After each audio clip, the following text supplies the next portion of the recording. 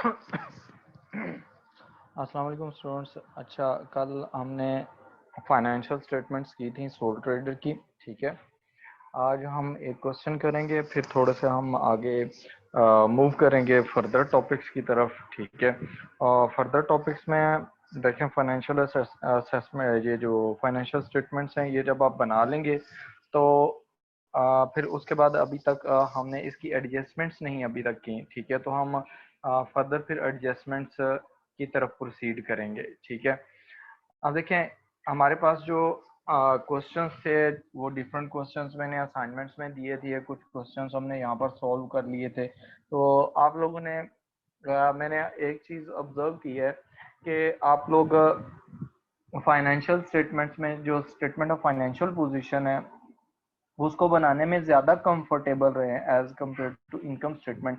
लेकिन income statement भी माशाल्लाह आप लोगों ने कर ली है, तो उसमें यह है कि आप लोगों का अभी माशाल्लाह ये भी अच्छा चल रहा है।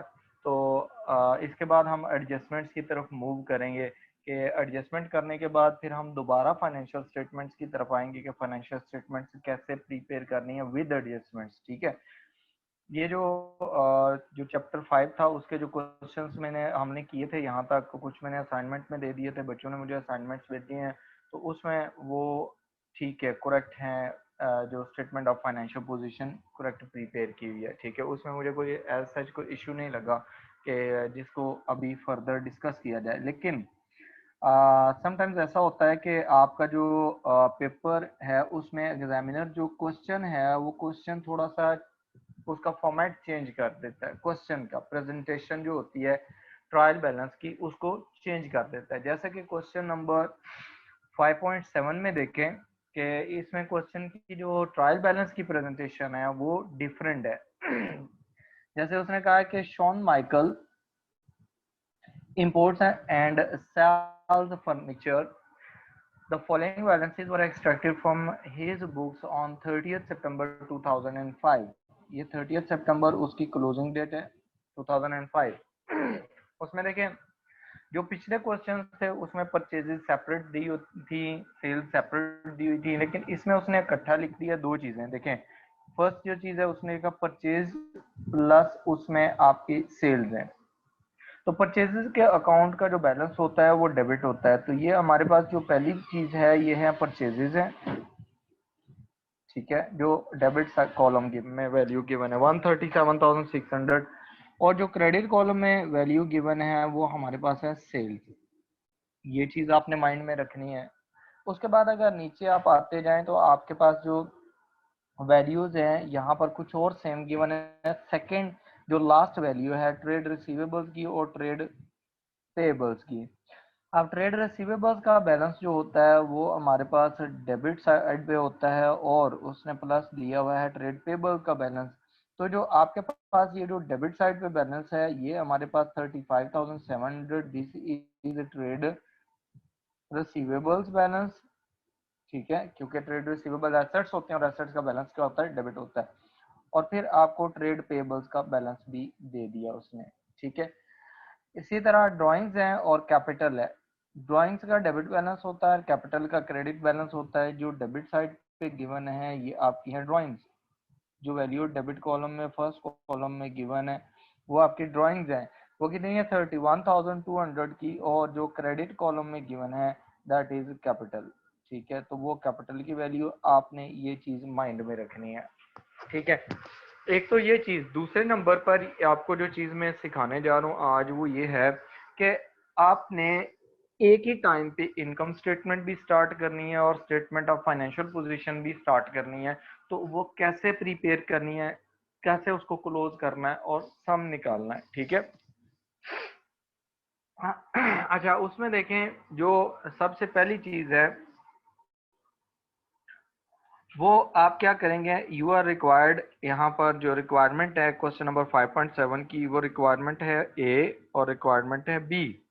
There are two requirements. ठीक है, अब रिक्वायरमेंट ए जो है उसमें देखें कि आपके पास उसने कहा है कि आप प्रिपेयर करें इनकम स्टेटमेंट। तो इनकम स्टेटमेंट जो है वो हम यहाँ प्रिपेयर करते हैं। Income statement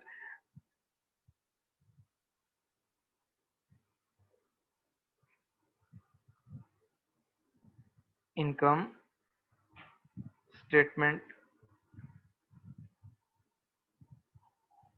for the year ended or for the period ended 30th September 2005। ठीक है, अब यहाँ पर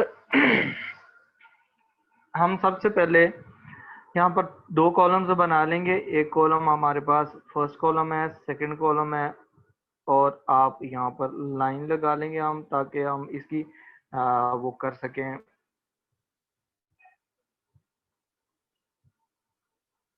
वैल्यूज पुट कर सकें। ये हमारे पास इनकम स्टेटमेंट आ गई, और फिर हमारे पास उसके बाद स्टेटमेंट ऑफ फाइनेंशियल पोजीशन का फॉर्मेट बना लेंगे। आप जो स्टेटमेंट ऑफ फाइनेंशियल पोजीशन है उसमें भी आप पहले नेम लिखेंगे बिजनेस का, बिजनेस के नेम के बाद you will write down the name that the statement of financial position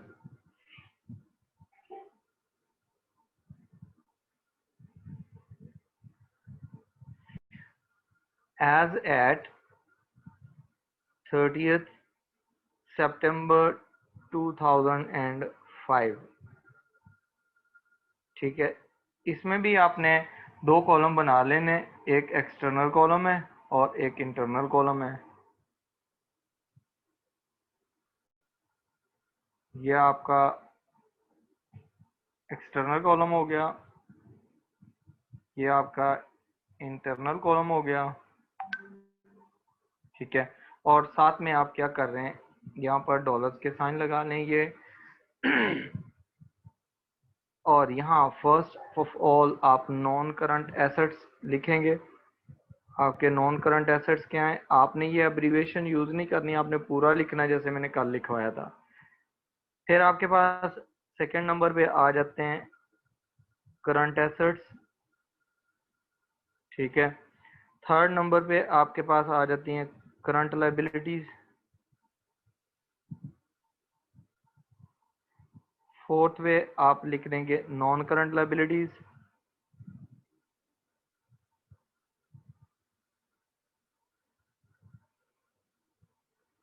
और फिर आप नेट एसेट्स कैलकुलेट कर लेंगे।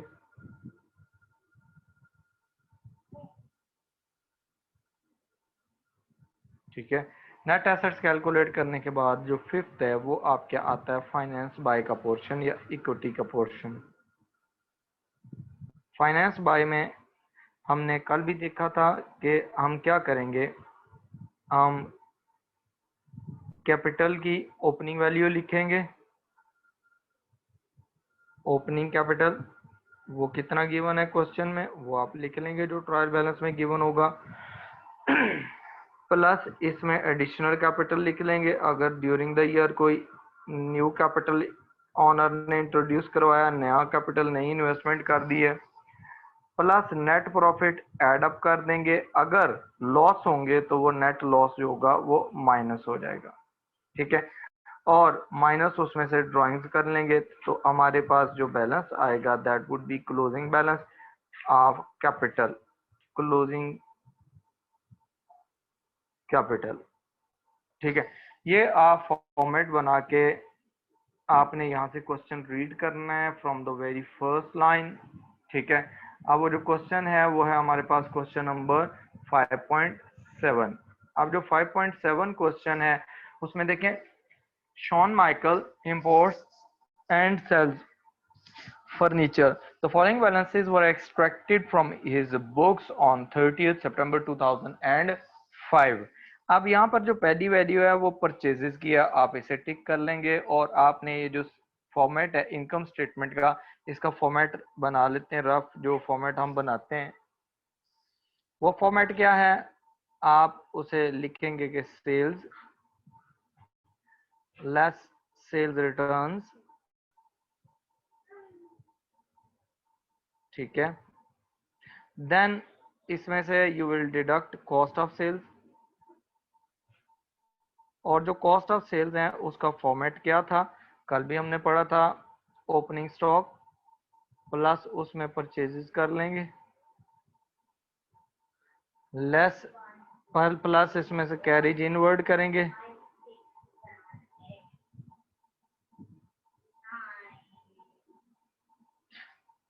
माइनस उसमें से हम रिटर्न आउटवर्ड्स करेंगे या रिटर्न परचेजेस रिटर्न कर लेंगे, रिटर्न आउटवर्ड्स, ठीक है, माइनस क्लोजिंग स्टॉक, और जो आंसर आएगा उसको हम एक्सटर्नल कॉलम में शिफ्ट कर लेंगे ठीक है। तो नेट सेल्स में से हम इसको माइनस करेंगे तो then we will get the answer gross profit GP, ठीक है। आप उसमें आपने ऐड कर देनी है अदर इनकम, अदर इनकम के बाद आपने इसके लिए भी कुछ लाइंस छोड़ देनी है। अदर इनकम के बाद आप उसमें क्या करेंगे, लेस करेंगे ऑपरेटिंग एक्सपेंसेस, जो ऑपरेटिंग एक्सपेंसेस होंगे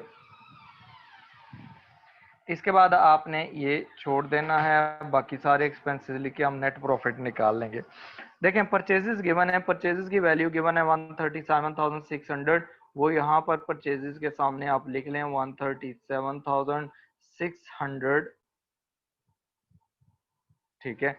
उसके बाद आपके पास आ जाए सेल्स, सेल्स आपके पास है 230,600, 230,600, ये सेल्स में आप लिख लेंगे।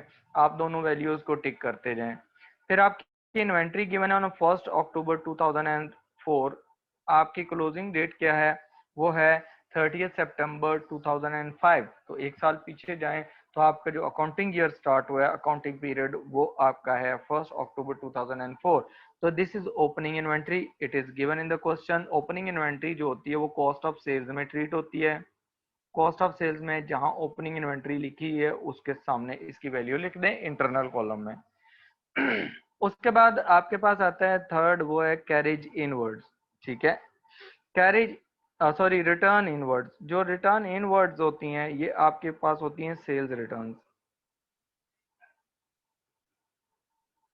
सेल्स रिटर्न, सेल्स रिटर्न जो सेल्स में से माइनस हो जाएंगी, कितनी है हमारे पास 1300 की, ये आप यहां से माइनस कर लें सेल्स में से, ये आप यहाँ वैल्यू लिख देंगे। आपने साथ साथ इसकी कैलकुलेशन नहीं करनी, कैलकुलेशन एंड पे करनी है जब सारी वैल्यूज आप पुट कर लेंगे।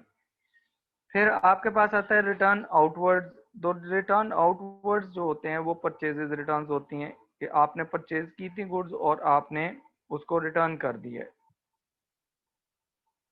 Purchase return. जो परचेजेज रिटर्न हैं उसकी वैल्यू आपके पास है कितने की, 1100 की। तो परचेजेज रिटर्न्स जो होंगी वो आप परचेजेज रिटर्न्स के अंदर लिखेंगे कॉस्ट ऑफ सेल्स के अंदर, तो वो आपकी कितनी है 1100 की, वो वहां पर आप वैल्यू लिख लें, ये माइनस हो जाएगी इसमें से, ठीक है। उसके बाद आ जाता है कैरेज। कैरेज इनवर्ड्स है, कैरेज होता है ट्रांसपोर्टेशन कॉस्ट, पहला है कैरेज इनवर्ड, ठीक है। कैरेज आपके पास जो इनवर्ड होता है वो परचेजेस में ऐड हो जाता है जाके, ठीक है। तो कॉस्ट ऑफ सेल्स के अंदर परचेजेस लिखी हुई हैं, तो हम ये कैरेज जो है वो 2200 का यहाँ परचेजेस में लिख देंगे। उसके बाद आता है कैरेज आउटवर्ड्स। कैरेज आउटवर्ड्स जो है ये भी आपकी ट्रांसपोर्टेशन कॉस्ट है, इसका मतलब होता है कि आपने गुड्स सेल की और कस्टमर तक पहुंचाने तक जो कॉस्ट आई है that is called carriage outwards. जो कैरेज आउटवर्ड्स होता है ये आपके पास क्या होता है, ये आपका एक्सपेंस होता है, डिस्ट्रीब्यूशन कॉस्ट होती है। डिस्ट्रीब्यूशन जो कॉस्ट होती है वो हम कहाँ पर लिखते हैं, वो हम ऑपरेटिंग एक्सपेंसेस में लिखते हैं। अब ऑपरेटिंग एक्सपेंसेस में क्या क्या चीजें आती हैं, administration cost, selling cost, distribution cost, ये सारी कॉस्ट यहाँ पर आएंगी, मार्केटिंग वगैरह। तो आपके पास जो कैरिज आउटवर्ड है वो आप यहाँ पर एक्सपेंस में लिखेंगे, कैरिज आउटवर्ड्स। कैरिज आउटवर्ड्स की वैल्यू कितनी है, कैरेज आउटवर्ड्स की वैल्यू देखें वो हमारे पास आ रही है 4600। तो 4600 को आप वहां मार्क कर देंगे, टिक कर देंगे और यहाँ पर आप लिख लेंगे, ठीक है। अब इसके बाद आपके पास जो वैल्यूज हैं वो कौन कौन सी हैं वो देखें जरा। उसके बाद जो वैल्यूज आपके पास हैं वो आ रही हैं वेजेस एंड सैलरीज की। वेजेस एंड सैलरीज जो हैं ये आपके एक्सपेंस होते हैं, हम एक्सपेंसेस में इनको लिख लेंगे। Wages and salaries, wages and salaries कितनी है 18,700 की, ये हम एक्सपेंसेस में लिख लेंगे। उसके बाद इंश्योरेंस है, इंश्योरेंस भी आपका एक्सपेंस है। इंश्योरेंस कितना है आपके पास, इंश्योरेंस है 7600 की, तो इंश्योरेंस को हम एक्सपेंसेस में लिखेंगे और उसकी वैल्यू सामने लिख देंगे कितने की, 7600 की। ठीक हो गया। उसके बाद हमारे पास जो चीज आ रही है वो है व्हीकल एक्सपेंसेस। ठीक है, मोटर व्हीकल एक्सपेंसेस। तो आपके पास जो मोटर व्हीकल एक्सपेंसेस हैं वो आप यहाँ पर लिख लेंगे। मोटर व्हीकल एक्सपेंसेस आपको कितने गिवन है, 3100 के, तो 3100 आपके पास यहाँ पर आ जाएगा। ठीक है, उसके बाद आपको गिवन है जनरल एक्सपेंसेस। जो जनरल एक्सपेंसेस हैं ये भी हमारे पास एक्सपेंसेस में आएंगे। जनरल एक्सपेंसेस, जनरल एक्सपेंसेस हैं हमारे पास कितने के, वो हमारे पास आ रहे हैं 5200 के, तो 5200 के एक्सपेंसेस हम यहाँ पर लिख लेंगे। उसके बाद देखें उसने कहा रेंटल इनकम है। अच्छा, खाली रेंट भी लिखा, रेंटल इनकम क्रेडिट है आपके पास, इनकम है। ठीक है, कितने की इनकम है रेंटल इनकम, वो उसने बता दी है, वो आपके 2800 की, तो ये अदर इनकम में आ जाएगी। ठीक है, rental income, because this is not the main source of income. ठीक है, मेन सोर्स ऑफ इनकम तो आपकी सेल्स ऑफ गुड्स हैं कि आप बाहर से इंपोर्ट कर रहे हैं और फिर आप सेल कर रहे हैं। ठीक है, तो इसलिए आपने जो रेंटल इनकम है उसको आप क्या करेंगे, 2800 को आप अदर इनकम में लिख देंगे। उसके बाद बैंक ओवरड्राफ्ट आ जाता है। बैंक ओवरड्राफ्ट फैसिलिटी देता है बैंक अपने जो बिजनेस के लोग होते हैं, जो बिजनेस कर रहे होते हैं, क्योंकि समटाइम्स ऐसा होता है कि उनके पास पेमेंट के लिए उनके बैंक अकाउंट में पैसा नहीं होता, लेकिन उनको चाहिए होता है पैसा, तो बैंक उनको फैसिलिटेट करता है कि आप निकलवा सकते हैं पैसा, विड्रॉ करवा सकते हैं अपने एक्स्ट्रा, लेकिन उसकी एक लिमिट होती है, उस लिमिट से ज्यादा नहीं निकलवा सकते। तो ये होती है हमारे पास बेसिकली लाइबिलिटी होती है, लेकिन लाइबिलिटी में भी ये हमारे पास करंट लाइबिलिटी होती है। कौन सी लाइबिलिटी होती है, करंट लाइबिलिटी। इसको करंट लाइबिलिटी इसलिए कहा जाता है कि ये आप इसे विद इन अ ईयर आपने पे करना होता है। तो हमारे पास जो करंट लाइबिलिटीज हैं वो हैं स्टेटमेंट ऑफ फाइनेंशियल पोजीशन के अंदर पड़ी हुई। तो करंट लाइबिलिटीज कितनी है आपके पास, 1400 की, तो आप यहाँ पर वैल्यू टिक कर लें और यहाँ पर करंट लाइबिलिटीज में जाके आप लिख लें बैंक ओवरड्राफ्ट, बैंक ओवरड्राफ्ट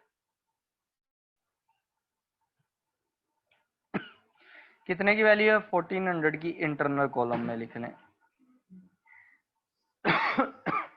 उसके बाद नेक्स्ट देखेंगे हमारे पास उसने कहा है प्रीमिसेस हैं, तो प्रीमिसेस 90,000 की हैं। प्रीमिसेस का मतलब होता है लैंड एंड बिल्डिंग, तो ये नॉन करंट एसेट है, तो नॉन करंट एसेट यहाँ पर हम लिख लेंगे नॉन करंट एसेट्स में प्रीमिसेस।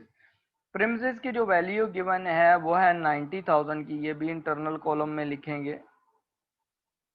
फिर आपके पास मोटर व्हीकल्स आ जाती हैं।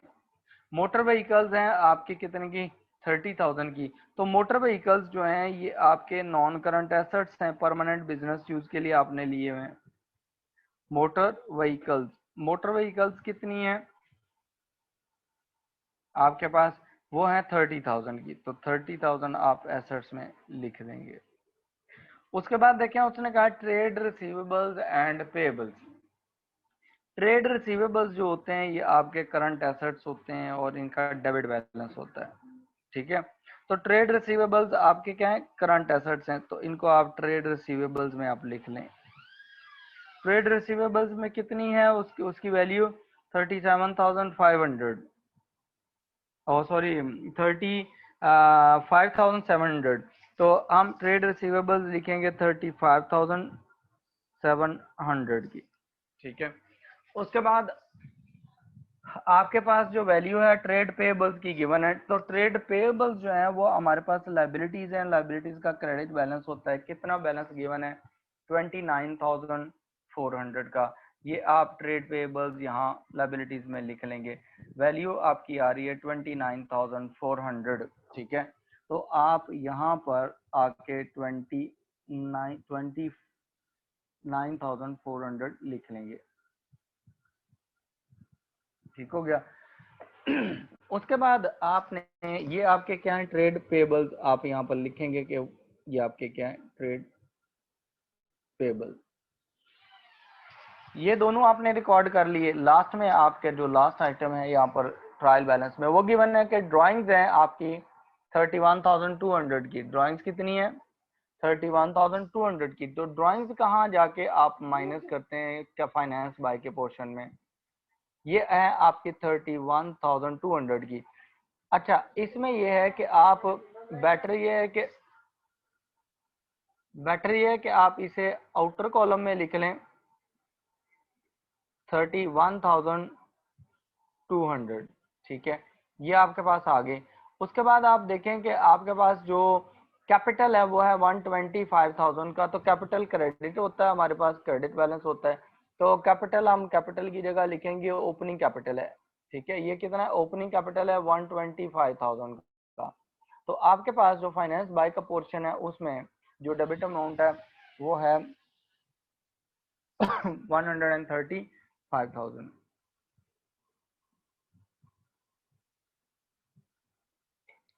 ठीक हो गया। ये सॉरी 35 नहीं 25,000 है, 125,000।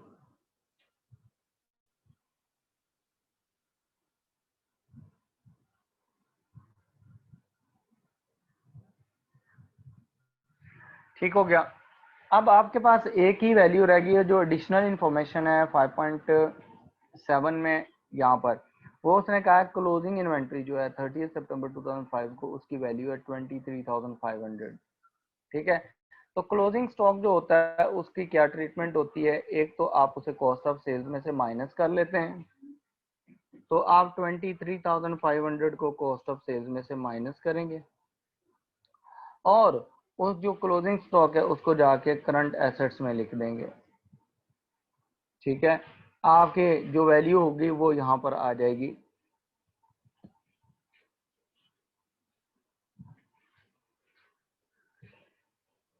Closing stock. अब आपकी सारी चीजें इंफॉर्मेशन आपने वन बाय वन पुट कर ली। अब आप इसको क्लोज करेंगे। जब आप क्लोज करेंगे तो आपने स्टार्ट करना है कहाँ से? ऊपर से, सेल्स से, ठीक है, इनकम स्टेटमेंट से। इनकम स्टेटमेंट से जब आप स्टार्ट करेंगे तो आपके पास जो पहली चीज आएगी वो आपने नेट सेल्स निकालनी है। तो आपकी सेल्स जो है वो कितनी है? सेल्स की वैल्यू कितनी है आपकी? वो है 230,600, ठीक है। 230,600। उसमें से आप सेल्स रिटर्न माइनस कर लेंगे 1300 की। तो आपके पास 229,000 की 300 की वैल्यू रह जाएगी। ये आपके नेट सेल्स हैं 229,300, ठीक हो गया। फिर आप कॉस्ट ऑफ सेल्स की वैल्यू निकालेंगे। तो कॉस्ट ऑफ सेल्स की जो वैल्यू निकालेंगे वो आपकी 23,100 ओपनिंग स्टॉक है। उसमें परचेजेस हैं 137,600 की, उनको ऐड अप करेंगे और उसमें कैरेज इनवर्ड है 2200 का, वो भी ऐड अप करेंगे। और उसके बाद उसमें से आपकी रिटर्न हुई हैं परचेज रिटर्न 1100 की, वो माइनस कर लेंगे। और उसके बाद आपकी जो क्लोजिंग स्टॉक है 23,500 का वो भी माइनस हो जाएगा। तो आपके पास जो कॉस्ट ऑफ सेल्स आई है, जो ऊपर चीजें आपने सेल की हैं, जो 229,300 की सेल हुई है, उसमें आपकी जो कॉस्ट लगी है वो लगी है 138,300, ठीक है। अब हम क्या करेंगे? सेल्स में से कॉस्ट ऑफ सेल्स माइनस कर लेंगे। तो हमारे पास जो कॉस्ट ऑफ सेल्स है सेल्स कितनी है? 229,300 और उसमें से आप माइनस कर लेंगे 138,300, ठीक है। तो आपके पास ग्रॉस प्रॉफिट आ जाएगा $90,000 का। अदर इनकम्स, इसको आप क्लोज करें। जितनी भी अदर इनकम्स है इनको नीचे लाइन लगाएं और इसको आउटर कॉलम में शिफ्ट कर दें, ठीक है। ये पॉजिटिव वैल्यू है। उसके बाद आपने एक्सपेंसेस निकालने। एक्सपेंसेस आपके कितने हैं, एक्सपेंसेस का टोटल कर लें। 4600 का एक एक्सपेंस है, प्लस आपके 18700 के सेकंड वेजेस एंड का एक्सपेंस है, और फिर आपके पास जो नेक्स्ट एक्सपेंस है वो 7600 का है। ठीक है, 7600 के बाद आपके पास जो नेक्स्ट एक्सपेंस है वो 3100 का है, और आपके पास जो लास्ट जनरल एक्सपेंस है वो 52,000 का है, 5200 का है। तो टोटल आपके पास आ गए कितने, 39,200। ठीक है, ये टोटल एक्सपेंसेस हैं। अब आपने नेट प्रॉफिट निकालना है, तो मैं नेट प्रॉफिट यहाँ लिख रहा हूँ क्योंकि अब जगह नहीं है तो मैं इसके साथ ही लिख दूंगा। ठीक है, आपके पास ग्रॉस प्रॉफिट आया हुआ है कितने का, 91,000 का। ठीक है, उसमें आपने ऐड अप कर देनी है अदर इनकम। ये जो ग्रॉस प्रॉफिट है इसमें आप अदर इनकम ऐड अप कर देंगे। अदर इनकम कितनी है, 2800, और इसमें से आपने ये वाले एक्सपेंसेस जो है टोटल वो माइनस कर लेने। वो कितने हैं, 20, वो आपके बनते हैं 39,200 के। ठीक है, ये आपके पास आ गया टोटल नेट प्रॉफिट आपका आता है 54,600 का। This is your net profit. अच्छा, ये जो नेट प्रॉफिट होगा इसको आपने शिफ्ट कर देना है आगे स्टेटमेंट ऑफ फाइनेंशियल पोजीशन में। ठीक है, स्टेटमेंट ऑफ फाइनेंशियल पोजीशन में 54,600 को आप यहाँ कैपिटल के नीचे लिख देंगे। एडिशनल कैपिटल कुछ नहीं है, तो आपके पास जो प्रॉफिट आ रहा है ये यहाँ आ जाएगा। ये आपका आता है 54,600 के। अगर लॉस होता तो हम उसको माइनस कर लेते। अब आपने क्या करना है, रिमेनिंग आप जितने एसेट्स हैं उनको ऊपर से क्लोज करना शुरू करें। आपके नॉन करंट एसेट्स कितने, 90,000 प्लस 30,000, ये आपके पास कितने हैं, 120,000। और फिर आप के पास जो करंट एसेट्स हैं वो आपके कितने हैं वो देखें। करंट एसेट्स में आपके पास 35,700 के आपके पास ट्रेड रिसीवेबल्स हैं, प्लस इसमें आपके 23,500 के आपके करंट एसेट्स हैं। कितने के हो गए, 59,200 के। 59,200 के आपके जो टोटल एसेट्स हैं वो कितने हो गए, वो आपके टोटल एसेट्स ऊपर 120,000 उसमें ऐड हो जाएंगे। ठीक है, ये बनते हैं आपके 179,200। ठीक है, ये आपके टोटल एसेट्स हो गए। अब उसके बाद आपके पास जो करंट लायबिलिटीज हैं, करंट लायबिलिटीज आपके बनती हैं 1400 का बैंक ओवरड्राफ्ट है, और 29,400 की आपके पास ट्रेड पेबल्स हैं। तो आप इन दोनों को ऐड अप कर लेंगे तो ये बनेगा 30,800। 30,800। ठीक है, आपके पास नॉन करंट लायबिलिटीज है ही कोई नहीं, जीरो है। तो आपके पास जो टोटल लायबिलिटीज बनती हैं वो कितनी है, वैल्यू ऑफ टोटल लायबिलिटीज, वो आपकी बनती है 30,800 ही। अब आपने क्या करना है, नेट एसेट्स निकालने। तो नेट एसेट्स कैसे निकालते हैं, टोटल आपके जो एसेट्स हैं उनमें से टोटल लायबिलिटीज माइनस कर देते हैं। टोटल एसेट्स हैं आपके 179,200 के, और उसमें से आपने लायबिलिटीज निकाल दी हैं। तो लायबिलिटीज कितनी है, टोटल 30,800 की, वो आप माइनस कर दें। ठीक है, तो आपके पास नेट एसेट्स आ जाएंगे। अब आपके पास देखें कितनी वैल्यू है यहाँ पर। आपके जो टोटल एसेट्स हैं 179,200, 179,200 के आपके टोटल एसेट्स हैं, और उसमें से टोटल लायबिलिटीज 30,800 की माइनस कर लें तो आपके पास 148,400 ये आपके पास नेट एसेट्स हैं। आपके पास ये जो आंसर है ये भी आपके पास इतना ही आना चाहिए क्लोजिंग कैपिटल का। आप देखें आपके पास 125,000 के आपके पास ओपनिंग कैपिटल था, प्लस आपके पास 54,600, ठीक है, वो आपके पास थे टोटल आपके एसेट्स, ये सॉरी नेट प्रॉफिट आ गया, नेट प्रॉफिट आपने ऐड कर दिया।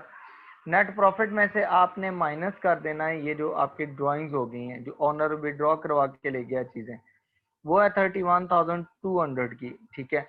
जब आप इसमें से इसको माइनस करेंगे तो आंसर आपका 148,400 का आ गया। अब ये देखें, नेट एसेट्स और आपके पास क्लोजिंग कैपिटल ये इक्वल हैं, ये आपका कंपैरिजन होता है और चेक होता है कि आपका आंसर ठीक है या नहीं है, ठीक है।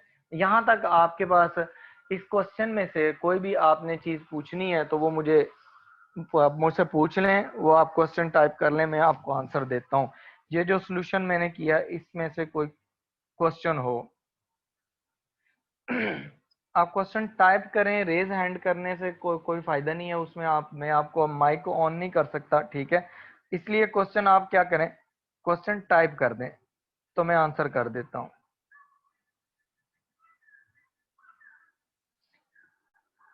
मुस्कान, आपका क्वेश्चन है कि रिटर्न इन वर्ड्स को हम सेल्स रिटर्न क्यों कहते हैं। देखें, जब हम गुड्स सेल करते हैं तो हमारी गुड्स ऑर्गेनाइजेशन से बाहर जाती हैं, आउटवर्ड्स जाती हैं, ठीक है।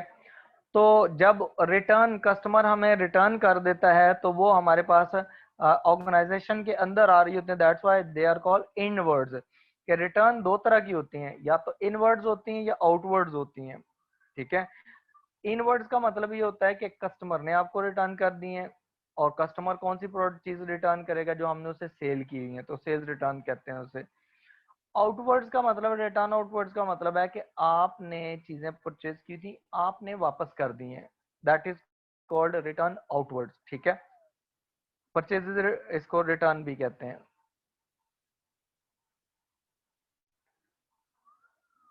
जहां से हमने फाइनेंशियल स्टेटमेंट्स तक पढ़ लिए चैप्टर, तो इस बुक में से जो है वो हमने 5 चैप्टर्स किए हैं, ठीक है।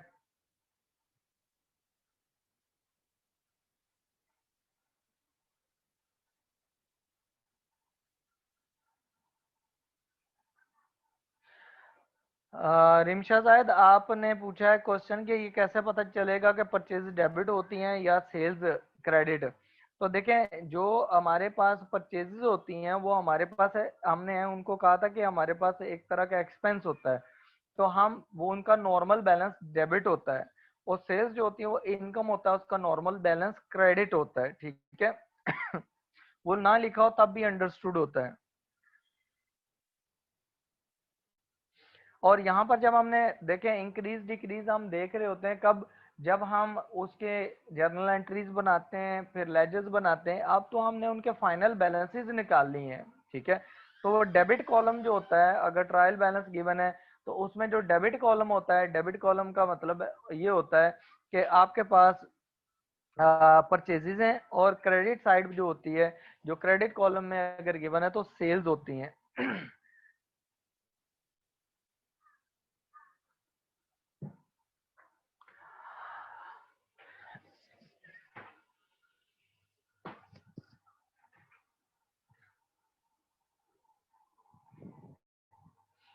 मुस्कान, अगर आप देखें, आपने अगर ये फाइनेंशियल स्टेटमेंट्स एक ही टाइम पे बनानी है तो आपने एक पेज पे इनकम स्टेटमेंट बनानी है, दूसरे पेज पे आपने स्टेटमेंट ऑफ फाइनेंशियल पोजीशन का फॉर्मेट बना लेना है, और फिर वैल्यूज पुट करनी है। लाजमी नहीं है कि एक ही पेज पे आप करें, ठीक है।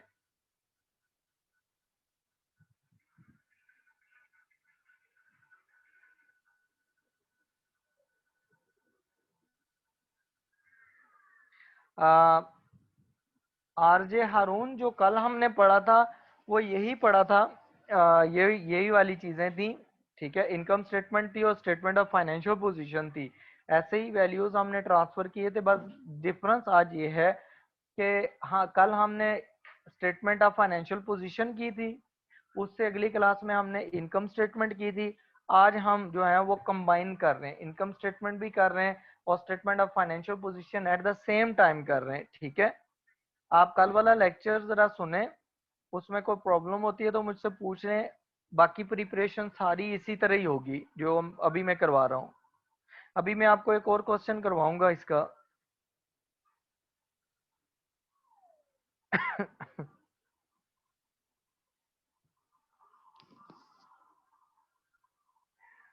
सारे में डबल लाइन लगाना जरूरी नहीं होता, वो तो मैंने लगा दिया, आप डबल ना लगाएं, सिर्फ आप एक लाइन लगा दें टोटल एसेट्स के नीचे, एक लाइन लगा दें टोटल लायबिलिटीज के नीचे, जो आप नेट एसेट्स निकालेंगे उनके नीचे आप डबल लाइन लगा दें, ठीक है, और जो क्लोजिंग कैपिटल निकालेंगे उसके नीचे डबल लाइन लगा दें।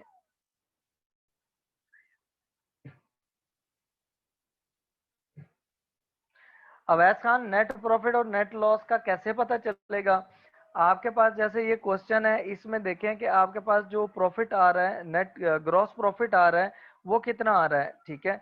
आपके पास अगर तो एंड पे एक्सपेंसेस ग्रॉस प्रॉफिट में से माइनस करने के बाद नेगेटिव आंसर आता है, तो वो नेगेटिव का मतलब ये होता है कि आपके expenses are more than your gross profit, तो फिर तो लॉस होगा। अगर expenses, if expenses are lower than your gross profit, then it means there is a net profit.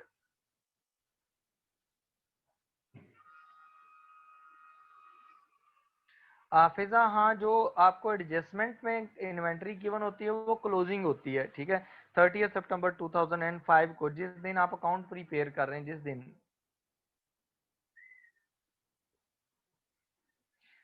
Rimsha Zahid, जो कैरेज होता है ना, कैरेज का मतलब ये होता है, मैं यहाँ पर लिख रहा हूँ कि कैरेज क्या चीज होती है। देखें, जो कैरेज होता है ना, कैरेज का मतलब होता है कि आपके पास ट्रांसपोर्टेशन कॉस्ट,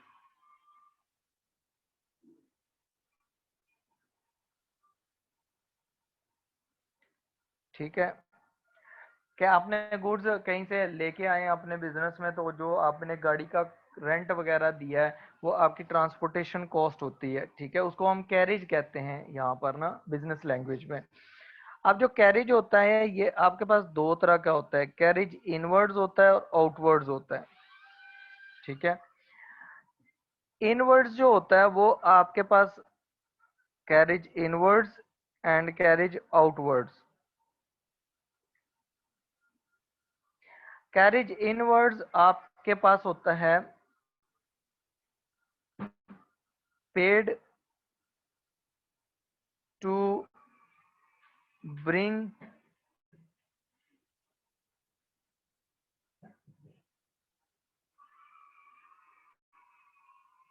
goods purchased, ठीक है। आपने को गुड्स परचेज की होती हैं, उनको अपने ऑफिस तक, अपने जो आपकी शॉप है उस तक लाने तक, अपनी फैक्ट्री तक, जहां पर भी वो लाने तक जो भी कॉस्ट आप पे करेंगे, that is called carriage inwards. लेकिन जो कैरेज आउटवर्ड है, ये आप क्या करते हैं, ये पेड होता है, आप पेमेंट करते हैं, पेड टू सेंड और डिलीवर गुड्स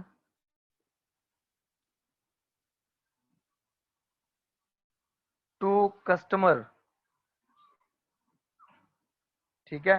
कस्टमर को चीजें आपने पहुंचानी है, फिर आप उसके लिए पे कर रहे हैं। देखें, कस्टमर को जब गुड्स आप पहुंचाते हैं तो वो आपके पास होता है कि आपने उसको गुड्स ट्रांसपोर्ट किए, तो वो क्या होता है, डिस्ट्रीब्यूशन कर रहे होते हैं आप। जब कस्टमर को घर तक चीज पहुंचाते हैं, फॉर एग्जांपल जैसे ओरिएंट है, तो ओरिएंट वाले जब क्या करेंगे, अपने एसी सेल करते हैं, फ्रिज सेल करते हैं, तो कस्टमर को वो क्या करते हैं, घर तक अगर डिलीवर करके आते हैं अपनी गाड़ी में, और कस्टमर से कोई पैसे नहीं लेते, उस डिलीवरी चार्जेस नहीं लेते, ठीक है, तो हो उनकी तो कॉस्ट तो इंकर होती है, तो उसको कहते हैं कि वो कैरेज उन्होंने पे किया, कैरेज आउटवर्ड, ठीक है। अब ये जो हमारे पास होता है, ये हमारे पास एडिड, जो हमारे पास कैरेज इनवर्ड होता है, एडिड टू परचेजेस, आप परचेजेस में उसे ऐड कर लेते हैं, ठीक है। और जो दूसरे नंबर पर होता है कैरेज आउटवर्ड, कैरेज आउटवर्ड, ये आपकी कौन सी कॉस्ट होती है, ये एडेड टू एक्सपेंस होता है, ऑपरेटिंग एक्सपेंसेस। ऑपरेटिंग एक्सपेंसेस में हम क्यों इसे ऐड करते हैं, उसकी रीजन ये होती है कि ये डिस्ट्रीब्यूशन की कॉस्ट होती है, तो डिस्ट्रीब्यूशन, सेलिंग, मार्केटिंग, एडवर्टीजमेंट, ये सारी की सारी कॉस्ट जो होती हैं वो हमारे पास ऑपरेटिंग एक्सपेंसेस होते हैं, ठीक है। इसलिए हम इसे कहाँ ट्रीट करते हैं, एक्सपेंस में। उसके बाद है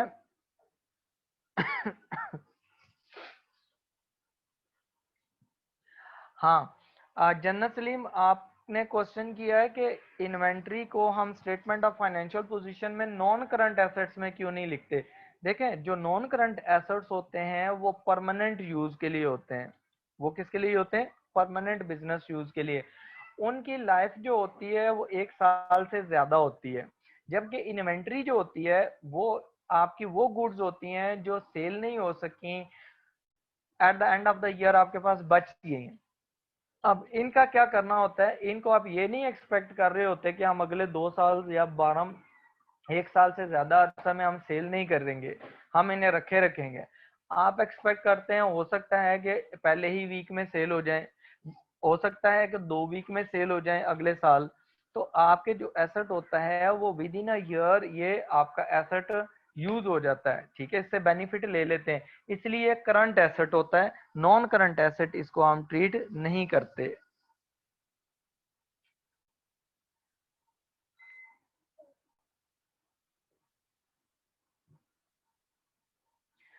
बहादुर शाह, हाँ जी, मैंने तो यहाँ पर ही कोर्स करवाना है, ठीक है। जो ऑनलाइन कोर्स हो रहा है वो मैं सारा कोर्स यहाँ पर ही करवाऊंगा, ऑनलाइन ही करवाऊंगा।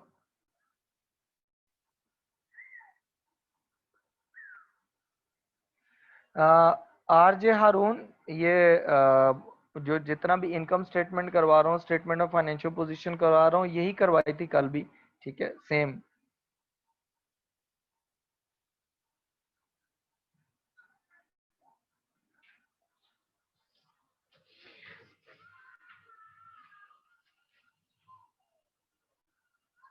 मुस्कान, आपका क्वेश्चन है कि कैरिज इन वर्ड को हम एक्सपेंस, ये एक्सपेंस होता है लेकिन हम इसको एक्सपेंस में क्यों नहीं लिखते। देखें, इसको एक्सपेंस में इसलिए नहीं लिखते कि ये हमारा डायरेक्ट एक्सपेंस होता है। इसका रिलेशन होता है हमारे पास किसके साथ? परचेज के साथ। अगर आप गुड्स परचेज करते हैं तो आप ट्रांसपोर्टेशन कॉस्ट बेयर करते हैं, इसलिए आप इसको क्या करते हैं, इसका रिलेशन परचेजेस के साथ होता है। तो जो कैरिज आउटवर्ड होता है उसका बेसिकली रिलेशन होता है, डायरेक्ट रिलेशन सेल के साथ। जब आप सेल करेंगे, सेल होगी, तो आप कैरिज आउटवर्ड आप पे करेंगे। अगर सेल नहीं होगी, कस्टमर को डिलीवरी भी नहीं होगी, तो फिर आपका एक्सपेंस भी नहीं आएगा, ठीक है, कैरिज आउटवर्ड नहीं आएगा। लेकिन कैरिज इनवर्ड जो होता है, कैरिज इनवर्ड जो होता है वो परचेज करते हैं, उसकी ट्रांसपोर्टेशन कॉस्ट होती है और वो पार्ट बन जाता है कॉस्ट का। जैसे आप देखें, आप एक मटेरियल है वो आप मंगवा लेते हैं, फॉर एग्जांपल आप इंपोर्टेड गाड़ी मंगवा लेते हैं या कुछ मंगवा लेते हैं, वो बाहर से आपने इंपोर्ट किए, एक तो आपने पेमेंट कर दी, उसकी प्राइस पे कर दी, प्लस आपने जो इंपोर्ट ड्यूटीज दी हैं सारा कुछ, वो उसमें जब आपके पास एक कस्टमर आएगा वो गाड़ी लेने के लिए, आप कहेंगे कि देखो 50 लाख मैंने दिया है इस गाड़ी का, वहां बाहर पेमेंट की है, प्लस मैंने इस पे 50 लाख की इम्पोर्ट ड्यूटीज दी हैं, तो 1 करोड़ की तो मुझे पड़ गई है। तो आप ये तो नहीं कहेंगे कि हमारी मेरी कॉस्ट जो है वो 50,000 की है। तो इसी तरह जब आप परचेजेस करते हैं तो जो भी ट्रांसपोर्टेशन की कॉस्ट होती है वो गुड्स का पार्ट, उसकी जो परचेजेस होती हैं उसकी कॉस्ट का पार्ट बन जाती है, इसलिए हम उधर उसको ऐड करते हैं परचेजेस में।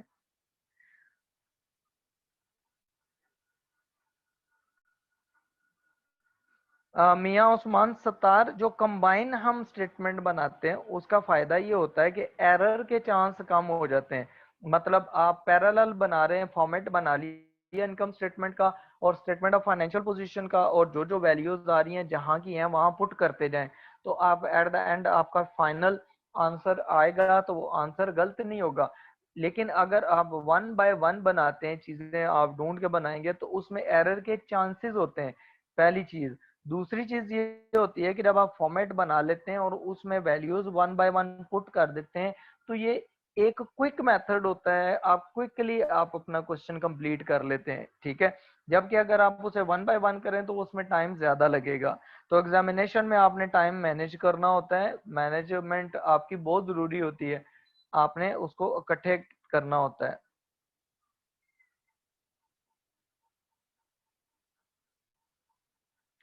अगर क्वेश्चन में अवैस खान आपको इनकम स्टेटमेंट रिक्वायर्ड है तो you will prepare only income statement. if statement of financial position is required, then you will prepare only statement of financial position, फिर आप इनकम स्टेटमेंट नहीं बनाएंगे। जो एग्जामिनर रिक्वायर करेगा वही आपने आंसर देना है। अगर आप इररेलेवेंट आंसर देंगे तो वो आपको एग्जामिनर जो है वो फेल भी कर सकता है, ठीक है, फ्यूचर में जब आपने पेपर देने, इसलिए इररेलेवेंट इंफॉर्मेशन देनी ही नहीं है आपने।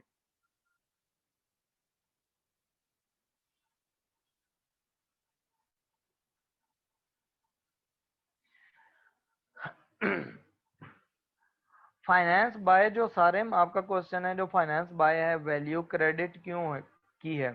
देखें, जो फाइनेंस बाय है इसमें क्रेडिट नहीं वैल्यू की, ठीक है। जो स्टेटमेंट ऑफ फाइनेंशियल पोजीशन है उसमें डेबिट और क्रेडिट कॉलम नहीं होते।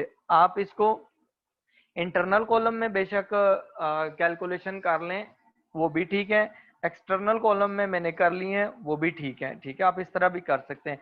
लेकिन इसमें डेबिट क्रेडिट कोई नहीं है सारे स्टेटमेंट ऑफ फाइनेंशियल पोजीशन में।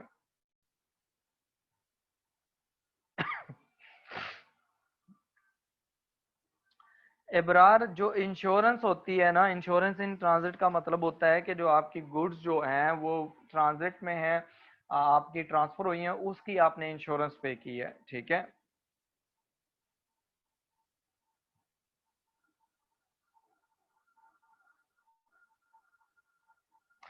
मुस्कान, ये जो स्टेटमेंट है ये आपको जब इस तरह मैनुअली बनाना आएगी तो आपको जो पेपर है ना, जिसमें आपके फॉर एग्जांपल आगे 10 मार्क्स का अगर आपको क्वेश्चन आता है जो एमसीक्यूज के अलावा, ठीक है, जो 3 क्वेश्चंस होने हैं 10-10 मार्क्स के, उसमें आपको अगर एग्जामिनर ये कह देता है you are required to prepare the income statement, तो आपको इनकम स्टेटमेंट में क्या होगा, फर्स्ट लाइन गिवन होगी, सेकंड लाइन गिवन होगी, जैसे मैं आपको यहाँ पर बताता हूँ, यहाँ पर ना स्क्रीन पे आप देखें, आप देखें जैसे कि आप देखें आपको ना एक इस तरह का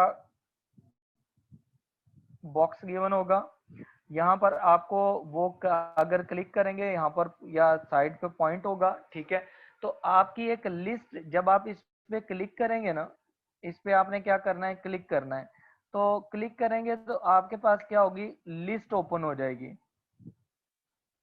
ठीक है। जो लिस्ट ओपन होगी उसमें से आपने अप्रोप्रिएट जो चीज है वो आपने सिलेक्ट करनी है, अप्रोप्रिएट वैल्यू हो जाएगी, या आप कह सकते हैं कि अप्रोप्रिएट जो आपके टेक्स्ट है वो आपने सिलेक्ट करना है। जैसे कि लाइक आपकी सेल्स आनी है तो आप सेल्स सिलेक्ट करेंगे, अगर परचेजेस आनी है तो आप परचेजेस सिलेक्ट करेंगे, तो फॉर्मेट यही रहेगा जो मैंने आपको बताया है, ठीक है। तो इसी तरह आप उसको सेलेक्ट करते जाएंगे, तो जब तक आपको ये फॉर्मेट याद नहीं होता, आप क्वेश्चन नहीं प्रैक्टिस करते, तब तक आपके लिए पॉसिबल नहीं होगा कि पेपर में फिर आप मेमोराइज करते रहेंगे कि ये इसमें क्या चीज पहले आनी थी, क्या बाद में आनी थी, ठीक है।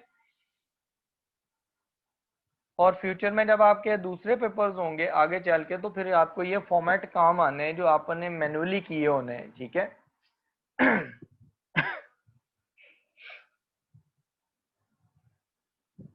जनरल सलीम, हाँ जी, इन्वेंट्री को करंट एसेट लिखेंगे क्योंकि हम विद इन अ ईयर हम उसको यूज कर लेंगे, उसको सेल कर देंगे और उससे पैसे जनरेट करेंगे, रेवेन्यूज जनरेट करेंगे। राजा अहमद, हाँ जी, सारा सेमेस्टर जो है वो मैं ऑनलाइन ही करवाऊंगा, ये जो ऑनलाइन क्लास चल रही है ये चलती रहेगी। जहां से, हाँ, ये रिटर्न क्वेश्चन भी है और इसमें से एमसीक्यूज भी आने हैं, ठीक है।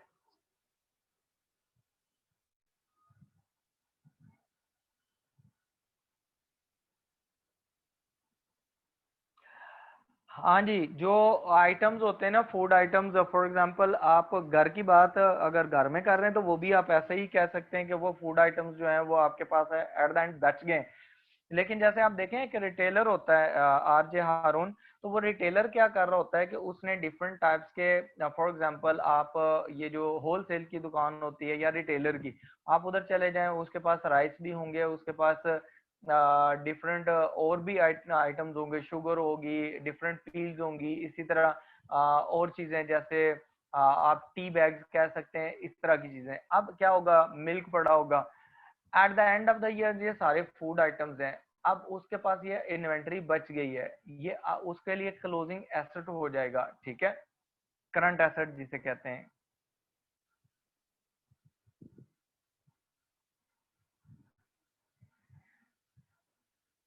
जनरल सलीम, हमने क्लोजिंग स्टॉक जो है वो लिखा हुआ है, क्लोजिंग स्टॉक हमने लिखा है कहाँ पर, करंट एसेट्स में। देखें आप क्वेश्चन जरा, हमने जो करंट ये जो लिस्ट बनाई है, अब ये देखें, आप जरा स्क्रीन पे देखें, जो करंट एसेट्स हैं उनमें ये सेकंड चीज देखें क्या लिखी है, क्लोजिंग स्टॉक। हमने स्टेटमेंट ऑफ फाइनेंशियल पोजीशन में क्लोजिंग स्टॉक लेके जाना है, ओपनिंग स्टॉक या ओपनिंग इन्वेंट्री नहीं लेके जानी, वो तो पिछले साल की है, उसको हम कॉस्ट ऑफ सेल्स में लिखते हैं, ठीक है, क्योंकि ड्यूरिंग द ईयर वो तो सेल हो जाती है।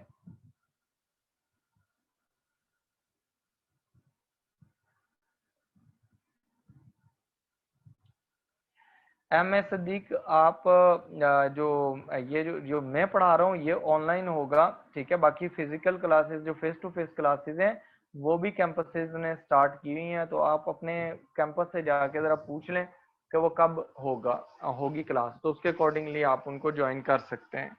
लेकिन ये क्लास होती रहनी है, अगर आप वो क्लास ले रहे हैं तो आप ये क्लास भी ले सकते हैं, कोई मसला नहीं है। अच्छा, उसके बाद देखें क्वेश्चन नंबर 5.8 हम करते हैं, ठीक है, विद द सेम अप्रोच। इसमें भी देखें आपको फॉर्मेट जो गिवन है क्वेश्चन में, वो फॉर्मेट आपको जो ट्रायल बैलेंस का गिवन है वो उसी तरह की है जो हमने अभी क्वेश्चन किया है।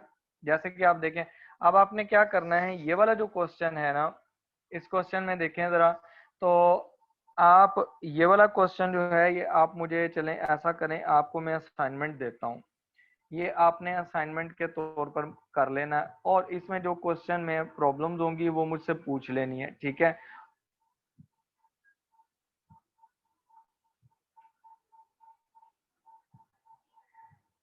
ठीक है, ये है आपका, आपने यहाँ इसमें इसकी करनी है, इस मेरा कांटेक्ट नंबर है, तो अगर आपको कोई प्रॉब्लम होती है तो आपने मुझसे पूछ लेना है। तो असाइनमेंट करके ये क्वेश्चन करके इनकम स्टेटमेंट और स्टेटमेंट ऑफ फाइनेंशियल पोजीशन करके ये मुझे आपने व्हाट्सएप कर देना है, मैं उसको चेक कर लूँगा, वेरीफाई कर लूँगा, और ये चेक कर लूँगा कि कोई ज़रूरत है आपको एडिशनल की आगे फर्दर इस टॉपिक में, तो फिर नेक्स्ट क्लास में हम रिवाइज कर लेंगे, वरना हम आगे प्रोसीड करेंगे, ठीक है।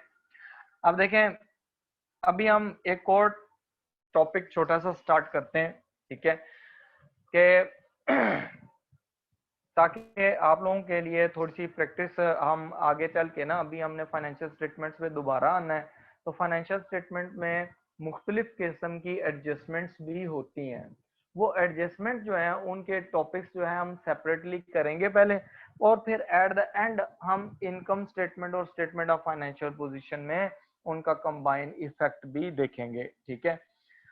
हमारा जो टॉपिक है ना वो है बैड एंड डाउटफुल डेट्स,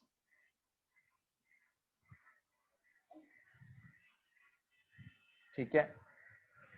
जो बैड एंड डाउटफुल डेट्स है, इसको हम एक और नेम भी देते हैं, ठीक है, उसको हम कहते हैं कि ये हमारे पास इररिकवरेबल डेट्स हैं। ये क्या है, मैं यहाँ पर इसका लिख रहा हूँ नेम, बैड डेट्स को हम इररिकवरेबल डेट्स भी कहते हैं। अब देखें,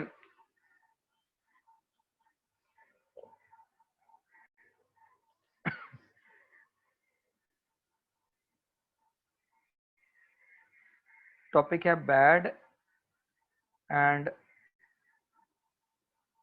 डाउटफुल डेट्स, ठीक है। ये कस्टमर से रिलेटेड होता है, क्रेडिट कस्टमर से रिलेटेड, ठीक है।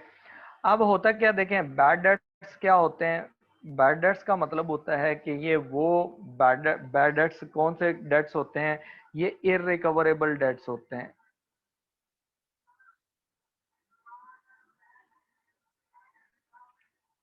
इररिकवरेबल डेट्स का मतलब ये होता है, आपने किसी कस्टमर को क्रेडिट पे गुड्स सेल कर दी और उसने बाद में पेमेंट से इनकार कर दिया, पेमेंट से क्या कर दिया, इनकार कर दिया, रिफ्यूज टू पे, और या वो पेमेंट से इनकार नहीं कर रहा, वो उसके हालात ऐसे हो गए कि वो कहता है कि अब पेमेंट, आपको लग रहा है कि पेमेंट नहीं मिलनी उससे।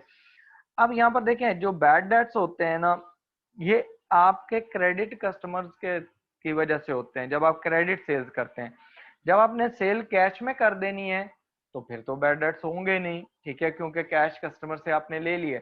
लेकिन एक कस्टमर है, वो आपसे क्रेडिट पे चीजें लेके चला जाता है और कुछ दिन बाद पता चलता है कि वो क्रेडिट कस्टमर जो था वो आपका भाग गया कहीं, ठीक है, तो वो बैड डेट्स हो जाते हैं और उनको हम अकाउंटिंग में कहते हैं इररिकवरेबल डेट्स और बैड डेट्स, ठीक है, ऐसे कस्टमर्स को।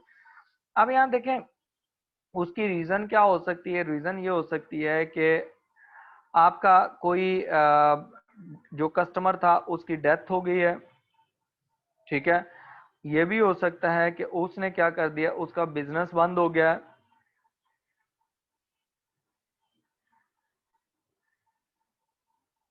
बिजनेस क्लोजर मतलब बिजनेस उसका बंद हो गया, उसने बिजनेस करना ही बंद कर दिया, सीज कर दिए ट्रेडिंग, ठीक है।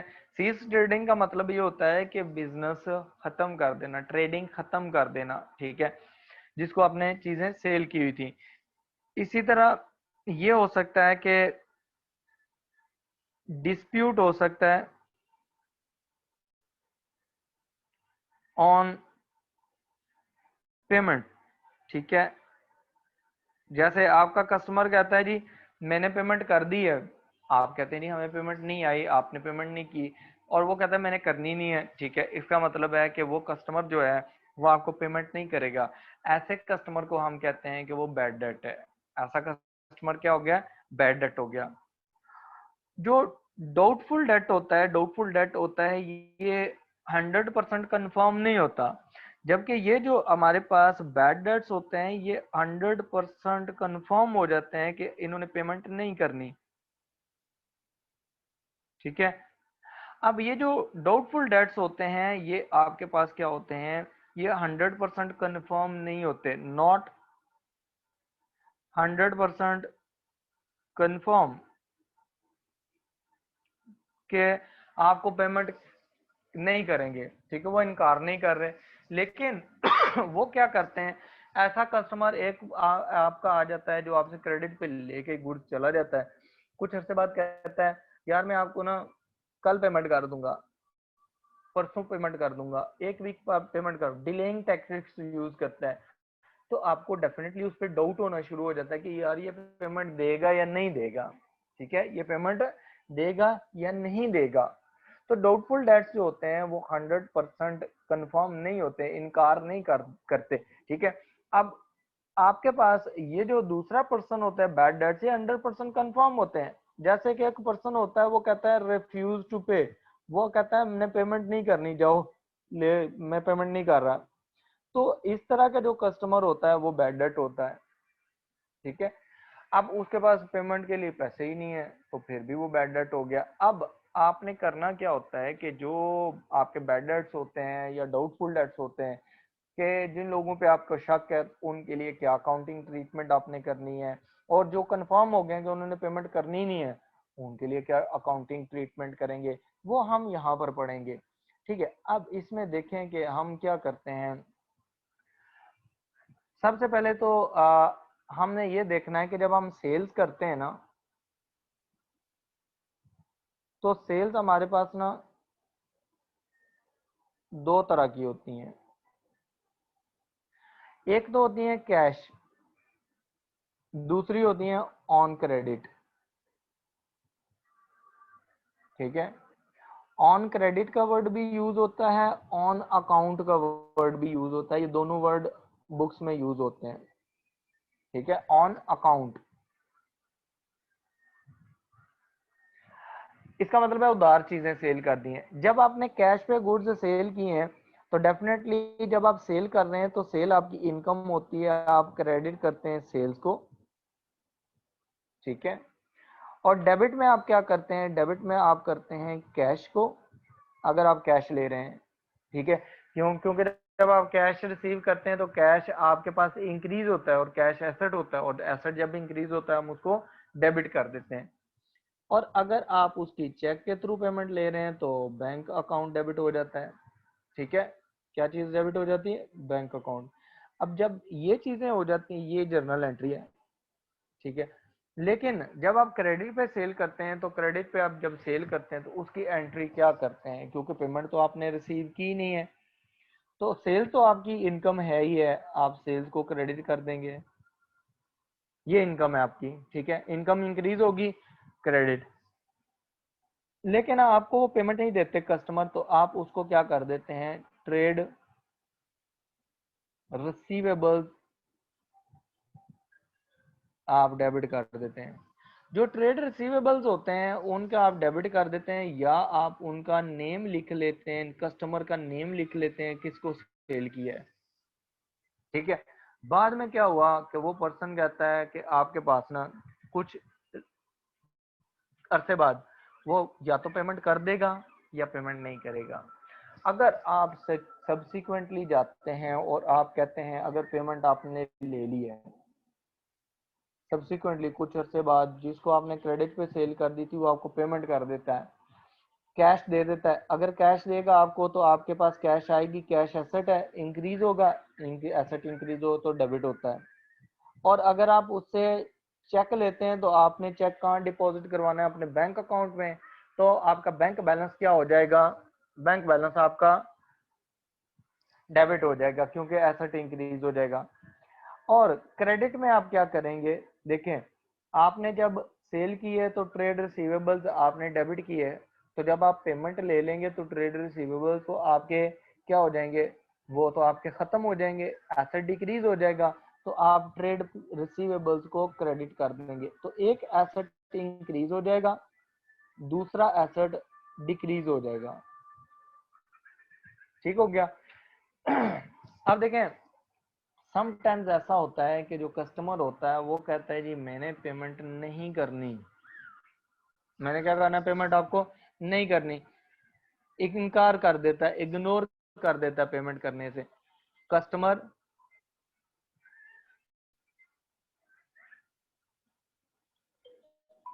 इग्नोर्ड